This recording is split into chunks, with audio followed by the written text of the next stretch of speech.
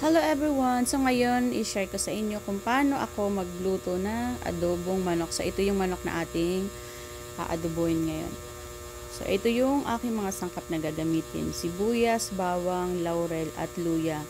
So meron din tayong bawang, may paminta tayo dyan, at syempre may siling labuyo. So mas masarap kasi ang adobo kapag maanghang. Pero depende pa rin yan. Kung hindi naman kayo nagsisili, okay lang na walang sili. At syempre ito yung suka at toyo at pampalasa natin sa adobo. So ito nga, ginigisa ko muna yan, mga sangkap lahat, at sinasama ko na rin yung sili kasi yung sili kapag ginisa mo siya, mas lalong lalabas yung kanyang anghang. Pero yun nga, kung hindi naman kayo nagsisili, pwede namang walang sili. So ako kasi mahilig ako sa sili. At kapag nagisa na yung mga sangkap, ayan, lalagay na natin yung manok. Ginigisa ko rin muna yan sa mga sangkap para yung lasa ng sangkap kumapit muna sa karne ng ating manok. At syempre, para yung tubig din ng manok matuyo muna, matanggal muna, para mas masarap yung ating adobo. Hayaan muna natin siyang magisa sa mga sangkap. Ganyan lang, hayaan lang natin matuyo pati yung tubig.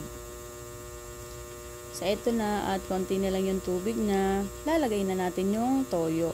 At yun naman, bago ko naman yan nilalagyan ng tubig, yun muna, toyo muna. Kailangan igisa ko rin siya sa toyo at pakuluin ko muna siya sa toyo bago ko siya lalagyan ng tubig. Para yung lasa naman ng toyo ay kumapit sa manok. Para yung manok natin ay talagang malasa siya.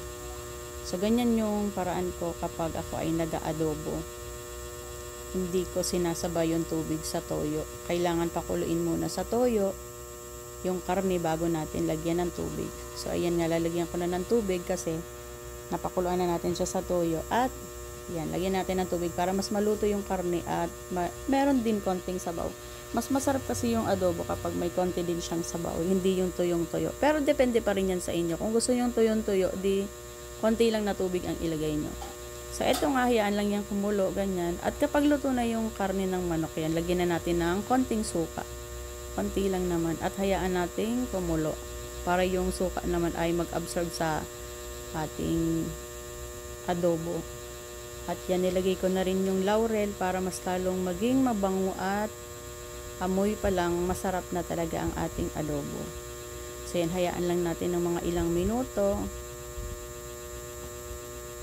para kumapit yung suka at yung amoy ng laurel sa ating adobo. Pag may laurel kasi, hindi siya nakakaumay kasi yung niya, yung bango niya, mas lalong mabangong-mabango ang adobo kapag may laurel. Nakakatanggal din siya ng lansa. So ayan nga, at luto na ang ating adobong manok, spicy adobong manok. So ayan, yung sabaw niya sakto na lang.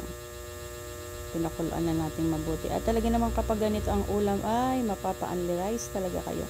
So ito yung aking version ng spicy adobong manok. Yan.